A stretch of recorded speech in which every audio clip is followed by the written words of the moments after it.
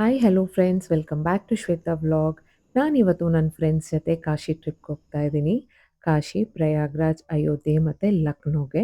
ಈ ವ್ಲಾಗಲ್ಲಿ ನಾನು ಕಾಶಿ ಟ್ರಿಪ್ ಮಾತ್ರ ವಿಡಿಯೋ ಹಾಕ್ತಾ ಇದ್ದೀನಿ. ತುಂಬ ಲೆಂತ್ ಆಗಿಬಿಡುತ್ತೆ, ಹಾಗಾಗಿ ಪಾರ್ಟ್ 2 ಪ್ರಯಾಗ್ರಾಜ್ ಮತ್ತು ಅಯೋಧ್ಯೆದು ನಾನು ನಿಮ್ಮ ಜೊತೆ ವಿಡಿಯೋ ಶೇರ್ ಮಾಡ್ಕೊತೀನಿ.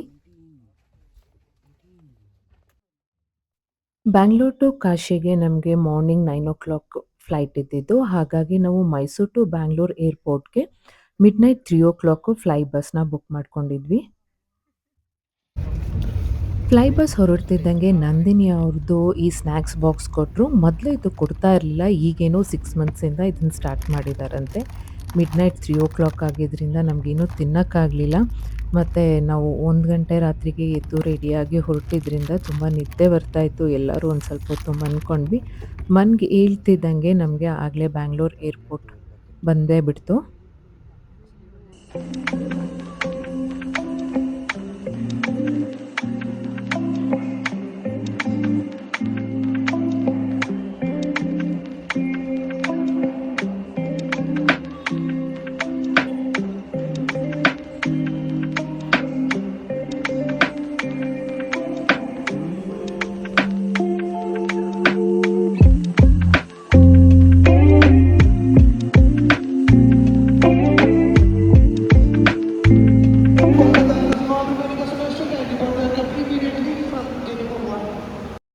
ಬ್ಯಾಗ್ಸ್ ಎಲ್ಲ ಚೆಕ್ ಇನ್ ಮಾಡಿ ಕಾಫಿ ಕುಡಿದು ಹೊರಟ್ವಿ. Bangalore to Varanasi travel time 2 hours 20 minutes ಆಯಿತು. ಟಾಪಿಕ್ ಬಗ್ಗೆ ನಾವು ಲೇಡೀಸ್ ಮಾತಾಡೋಷ್ಟರಲ್ಲಿ ವಾರಣಾಸಿ ಬಂದೇ ಬಿಡ್ತು. ವಾರಣಾಸಿ ಚಿಕ್ಕ ಏರ್ಪೋರ್ಟು, ಮೋಸ್ಟ್ಲಿ ಒಂದೇ ಟರ್ಮಿನಲ್ ಇರೋದು ಅನಿಸುತ್ತೆ, ಬಟ್ ನೀಟಾಗಿತ್ತು.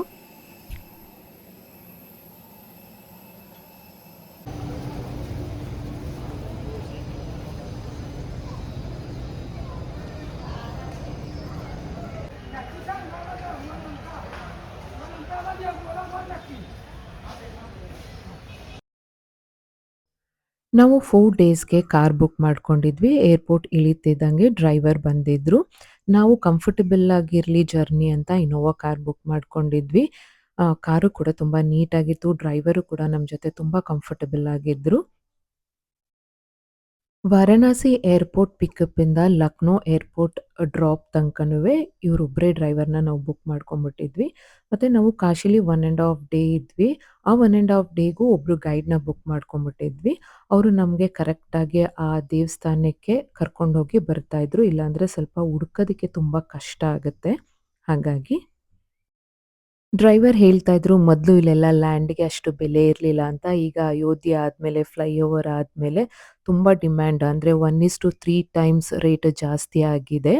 ಅದೆಲ್ಲ ಜಮೀನಿತ್ತಂತೆ ಆ ಫ್ಲೈಓವರ್ ಏನಿದೆ. ಸೊ ಇವಾಗ ತುಂಬ ರೇಟ್ ಆಗಿದೆ ಅಂತ ಹೇಳ್ತಿದ್ರು. ಫಸ್ಟು ವಾರಣಾಸಿ ಇಳಿತಿದ್ದಂಗೆ ಅವ್ರು ನಮಗೆ ಫಸ್ಟ್ ಕರ್ಕೊಂಡು ಹೋಗಿದ್ದೆ ಲಸ್ಸಿ ಶಾಪ್‌ಗೆ. ಬಿಸಿಲಾಗಿತ್ತು, ಮಧ್ಯಾಹ್ನ ಆಗಿದ್ದರಿಂದ ನಮಗೂ ತಣ್ಣಗೇನಾದರೂ ಕುಡಿಬೇಕು ಅನ್ನಿಸ್ತು. ಹಾಗಾಗಿ ಲಸ್ಸಿ ಕುಡಿದು ರೂಮ್‌ಗೆ ಚೆಕ್ ಇನ್ ಆದ್ವಿ.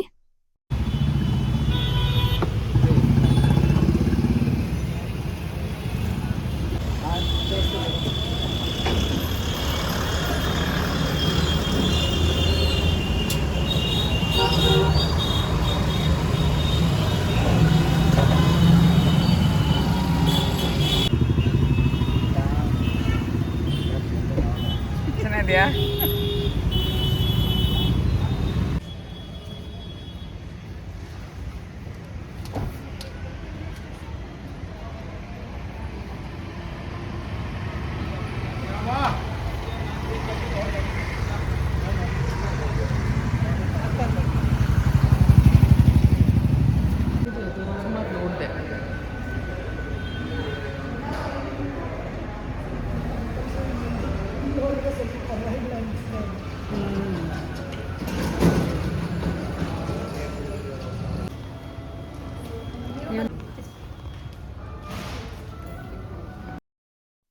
ಕ್ವಿಕ್ಕಾಗಿ ರೂಮ್ ಟೂರ್ ಕೊಡ್ತೀನಿ.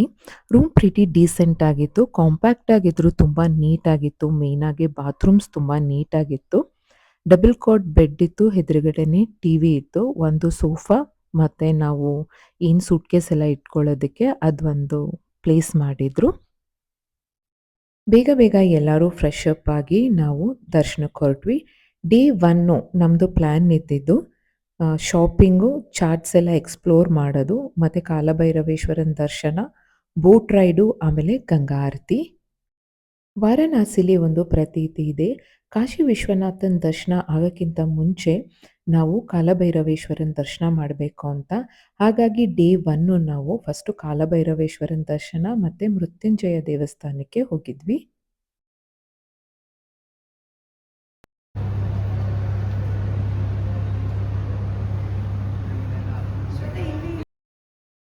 ಔರಂಗಜೇಬು ಕಾಶಿನ ಫುಲ್ ಡೆಸ್ಟ್ರಾಯ್ ಮಾಡಿ ಅಲ್ಲಿ ಮಸ್ಜಿದ್ನ ಕಟ್ಟಿದ್ನಂತೆ.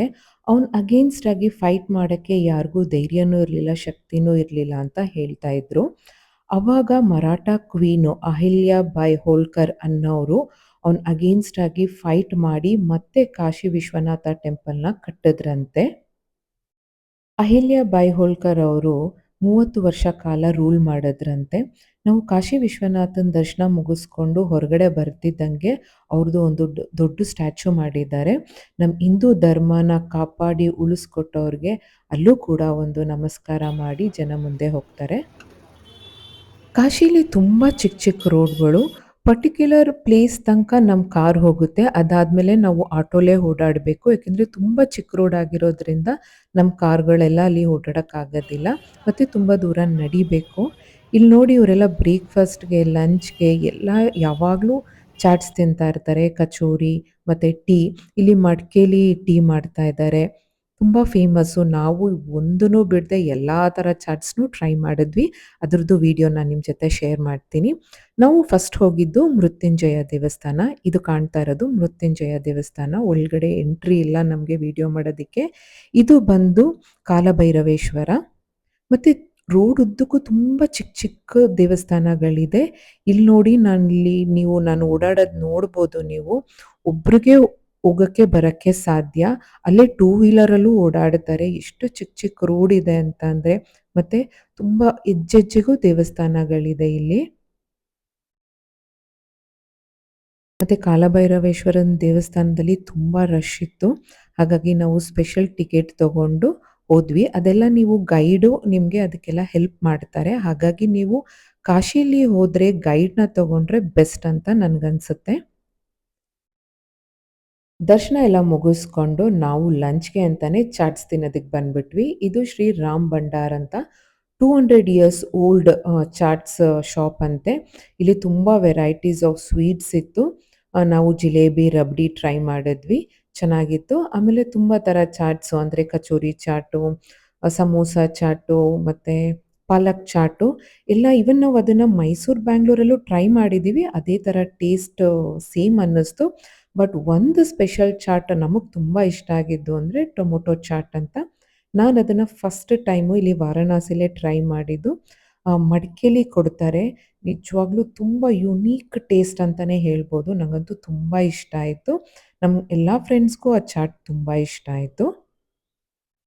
ನೀವೇನಾದರೂ ಕಾಶಿಗೆ ಬಂದರೆ ಮರೀದೆ ಈ ಟೊಮೊಟೊ ಚಾಟ್ನ ಟ್ರೈ ಮಾಡಿ.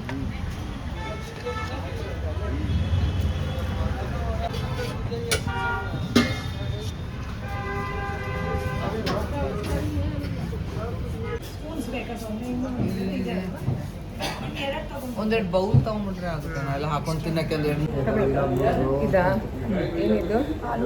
ನೀವೇ ತಗೊಂಡ್ರೆ ಆಲೂ ಟಿಕ್ಕಿದೆ. ಅಲ್ಲ ಇದು ದಹಿ ಆಗಿದೆ. ಇಲ್ಲ ಅಂದರೆ ಕೆಳಗಡೆ ಹೌದಾ? ಏನಿದು ಏನು ತೆಗ್ದು ಗೊತ್ತಿಲ್ಲ.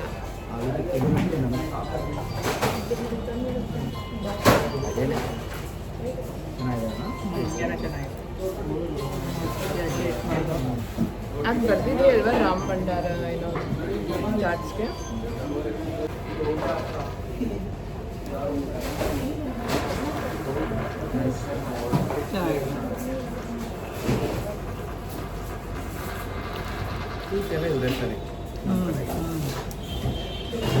ಸಿದ್ಧಾರ್ಥನಗರ ಒಂದು ಕಡೆ ಇದೆ. ಇವ್ರ ಹೆಸರಲ್ಲೇ ಬನಾರಸ್ ಚಾಟ್ ತುಂಬ ಚೆನ್ನಾಗಿದೆ.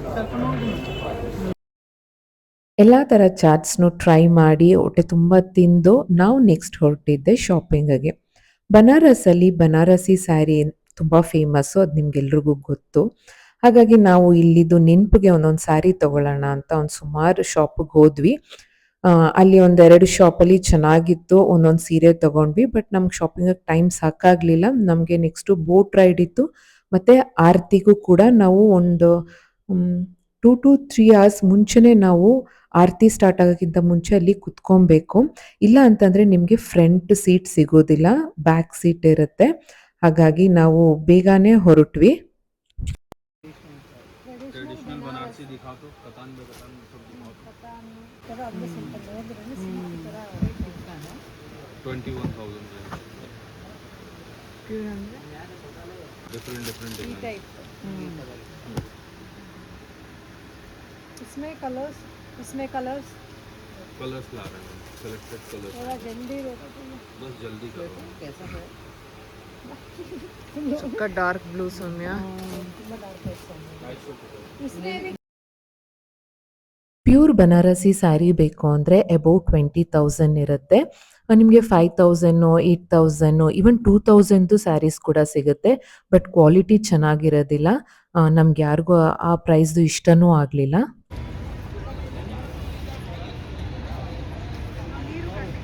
शुगर केन चाहिए तो ले ಶಾಪಿಂಗ್ನ ಪೆಂಡಿಂಗಲ್ಲಿಟ್ಟು ನಾವು ನೆಕ್ಸ್ಟ್ ಬಂದಿದ್ದೆ ಬೋಟ್ ರೈಡ್ಗೆ. ಯಾಕೆಂದರೆ ಬೋಟ್ ರೈಡ್ ಮುಗಿಸ್ಕೊಂಡು ಅದೇ ಬೋಟಲ್ಲಿ ನಮಗೆ ಗಂಗಾ ಆರತಿ ನಡೆಯುತ್ತಲ್ಲ, ಅಲ್ಲಿ ಕರ್ಕೊಂಡು ಹೋಗ್ತಾರೆ. ಅಲ್ಲಿ ಬೇರೆ ಬೋಟು ಅಂದರೆ ಡಬಲ್ ಡೆಕ್ಕರ್ ಬೋಟಲ್ಲಿ ನಮಗೆ ಗಂಗಾ ಆರತಿ ನೋಡೋದಕ್ಕೆ ಕೂರಿಸ್ತಾರೆ. ಫ್ರಂಟ್ ಕುತ್ಕೊಂಡು ಗಂಗಾ ಆರತಿ ನೋಡಬೇಕು ಅಂತಂದರೆ 200 ಪರ್ ಹೆಡ್ಗೆ ನೀವು ಕೊಟ್ಟು ಬೇರೆ ಬೋಟಲ್ಲಿ ಸೀಟ್ನ ಬುಕ್ ಮಾಡಿಸ್ಬೇಕು. ಬೋಟ್ ರೈಡ್ನ ತುಂಬ ಎಂಜಾಯ್ ಮಾಡಿದ್ವಿ, ಮತ್ತು ಫೋಟೋಶೂಟ್ ಕೂಡ ಮಾಡ್ಕೊಂಡ್ವಿ. ಸನ್ಸೆಟ್ ಆಗೋ ಟೈಮ್ ಆಗಿರೋದ್ರಿಂದ ತಂಪಾಗಿತ್ತು.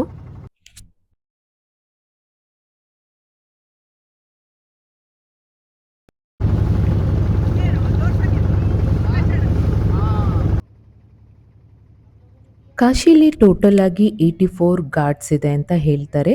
ಎಲ್ಲನೂ ಕವರ್ ಮಾಡಲ್ಲ, ಒಂದು 70% ಅಷ್ಟು ಕವರ್ ಮಾಡಿ ಲಾಸ್ಟಲ್ಲಿ ಗಂಗಾ ಆರತಿ ನಡೆಯುತ್ತಲ್ಲ ಅಲ್ಲಿ ನಿಲ್ಲಿಸ್ತಾರೆ. ಇಲ್ಲಿ ನೋಡಿ, ಇದು ಒಂದು ಘಾಟು. ಮೈಸೂರು ರಾಜರು ಕೂಡ ಇಲ್ಲಿ ಒಂದು ಬಿಲ್ಡಿಂಗ್ ಕಟ್ಸಿದ್ದಾರೆ, ಮತ್ತು ನೇಪಾಳ ರಾಜನೂ ಇಲ್ಲೊಂದು ಬಿಲ್ಡಿಂಗ್ ಕಟ್ಸಿದ್ದಾರೆ ಅಂತೆಲ್ಲ ತೋರಿಸಿದ್ರು.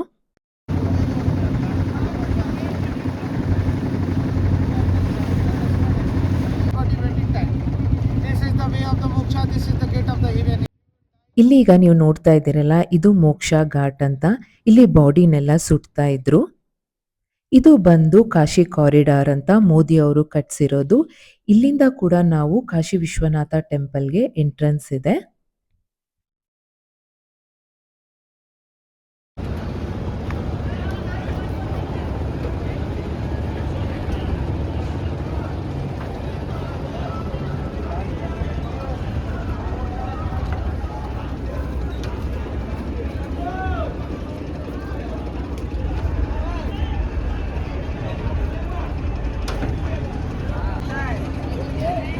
वन बाई वन आइए।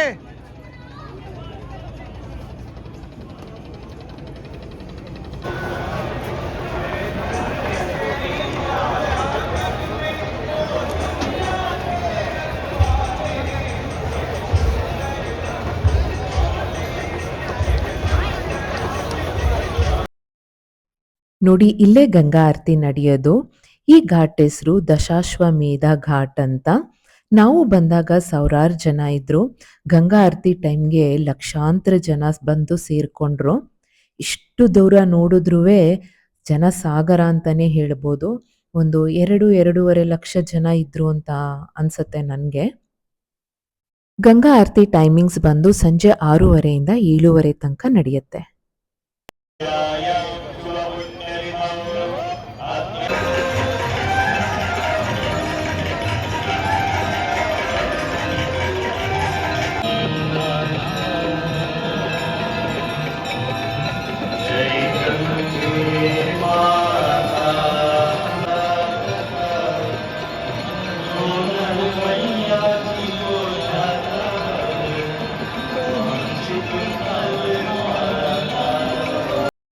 ಗಂಗಾ ಆರತಿ ಮುಗಿಸ್ಕೊಂಡು ಅಲ್ಲೆಲ್ಲ ದೀಪ ಹಚ್ತಾ ಇದ್ರು. ಹಾಗಾಗಿ ನಾವು ಎಲ್ಲರೂ ದೀಪ ಹಚ್ಚಿದ್ವಿ.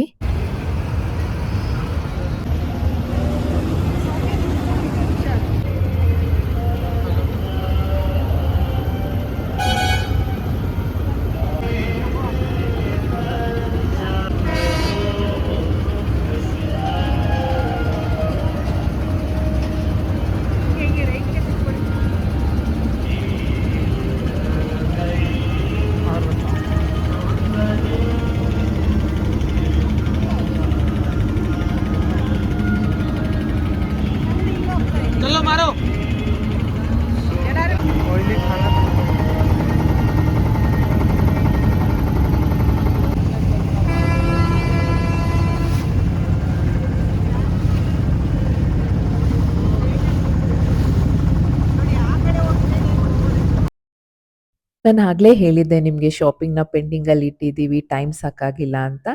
ಅದಕ್ಕೆ ನಾವು ಗಂಗಾ ಆರತಿ ಮುಗಿಸ್ಕೊಂಡು ಮೇನ್ ವಾರಣಾಸಿ ಸಿಟಿಲಿ ಈ ಶಾಪಿಗೆ ಬಂದ್ವಿ. ತುಂಬ ದೊಡ್ಡ ಶಾಪ್ ಇದು. ಒಳ್ಳೆ ಮಾಲ್ ಇದ್ದಂಗಿತ್ತು. ತುಂಬ ವೆರೈಟೀಸ್ ಸ್ಯಾರೀಸ್ ಇತ್ತು. ಯಾವ್ದು ತಗೊಳ್ಳೋದು, ಯಾವ್ದು ಬಿಡೋದು ಅಂತ ಅನ್ನಿಸ್ತಾ ಇತ್ತು. ತುಂಬ ಒಳ್ಳೊಳ್ಳೆ ಕಲೆಕ್ಷನ್ಸ್ ಇತ್ತು. ಇಲ್ಲೂ ಕೂಡ ಶಾಪಿಂಗ್ ಮಾಡಿಕೊಂಡು ನಾವು ರೂಮಿಗೆ ಹೊರಟ್ವಿ. ನಾವು 4 ಡೇಸುವೆ ಹೋಟ್ಲಲ್ಲೇ ಬೆಳಿಗ್ಗೆ ಬ್ರೇಕ್‌ಫಾಸ್ಟು ಮತ್ತು ರಾತ್ರಿ ಡಿನ್ನರ್‌ನ ಇನ್ಕ್ಲೂಡ್ ಮಾಡಿಸ್ಬಿಟ್ಟಿದ್ವಿ. ಇಲ್ಲಾಂತಂದರೆ ಹೊರಗಡೆ ಹುಡ್ಕೊಂಡು ಹೋಗೋದಕ್ಕೆ ಟೈಮ್ ಆಗಿಬಿಡುತ್ತೆ ಅಂತ. ಬಟ್ ಎಲ್ಲ ಹೋಟ್ಲಲ್ಲೂ ಫುಡ್ ವಾಸ್ ವೆರಿ ಟೇಸ್ಟಿ. ನಮಗೆ ತುಂಬ ಖುಷಿ ಆಯಿತು. ನಮಗೆಲ್ಲರಿಗೂ ತುಂಬ ಟಯರ್ಡ್ ಆಗಿಬಿಟ್ಟಿತ್ತು. ಆಲ್ಮೋಸ್ಟ್ 24 ಅವರ್ಸ್ ನಾವು ಯಾರೂ ನಿದ್ದೆ ಮಾಡಿಲ್ಲ. ಬರೀ ಟ್ರಾವೆಲಿಂಗೇ ಆಗ್ತಾಯಿತ್ತು. ಸೊ ಊಟ ಮುಗಿಸ್ಕೊಂಡು ಎಲ್ಲರೂ ಹೋಗಿ ರೆಸ್ಟ್ ಮಾಡಿದ್ವಿ. ಬೆಳಿಗ್ಗೆ 4 ಗಂಟೆಗೆ ಎದ್ದು ನಾವು ರೆಡಿ ಆಗಬೇಕಿತ್ತು. ಯಾಕೆಂದರೆ ನಮಗೆ ದರ್ಶನ ಬೆಳಿಗ್ಗೆ 6 ಗಂಟೆಗೆ ಇತ್ತು.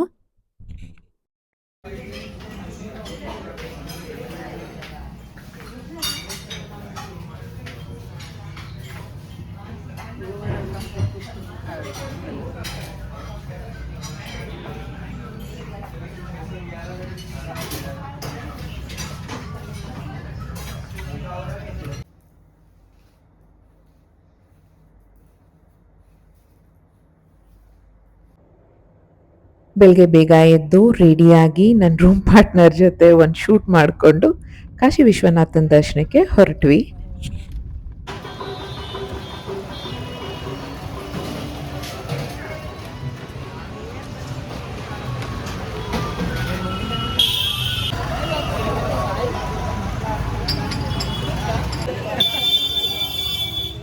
बैठ जाइए सर, बैठिए बैठिए ಬನ್ನಿ ಒಬ್ರು.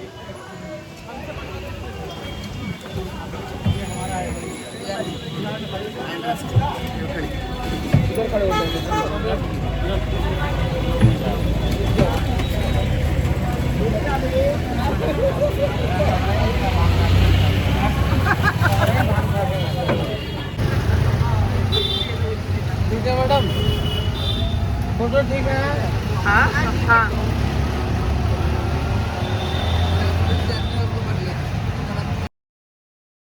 ಇಲ್ಲೂ ಕೂಡ ಹಾಗೇನೆ ನಮ್ಮ ಓನ್ ವೆಹಿಕಲ್ನ ಒಳಗಡೆ ಬಿಡೋದಿಲ್ಲ. ಈ ಥರ ಬ್ಯಾಟ್ರಿ ಗಾಡಿಲೇ ನಾವು ದೇವಸ್ಥಾನಕ್ಕೆ ಹೋಗಬೇಕು. ಇದೇ ಮೇನ್ ಗೇಟು ದೇವಸ್ಥಾನದ್ದು. ಒಳಗಡೆ ನಮಗೆ ಫೋಟೋಸು ವಿಡಿಯೋಸು ಅಲೋ ಇಲ್ಲ. ಹಾಗಾಗಿ ಕಾಶಿ ವಿಶ್ವನಾಥನ ದರ್ಶನನ ಇಲ್ಲೇ ಮಾಡಿಸ್ತಾ ಇದ್ದೀನಿ. ಧರ್ಮ ದರ್ಶನಕ್ಕೆ ಕಿಲೋಮೀಟರ್ ಅಷ್ಟು ಕ್ಯೂ ಇತ್ತು. ನಾವು 300 ರುಪೀಸ್ದು ಸ್ಪೆಷಲ್ ಎಂಟ್ರೆನ್ಸ್ ಟಿಕೆಟ್ ತಗೊಂಡಿದ್ವಿ. ಹಾಗಾಗಿ ನಮಗೆ 1.5 ಅವರ್ಸ್ ಒಳಗಡೆ ದರ್ಶನ ಆಗೋಯ್ತು.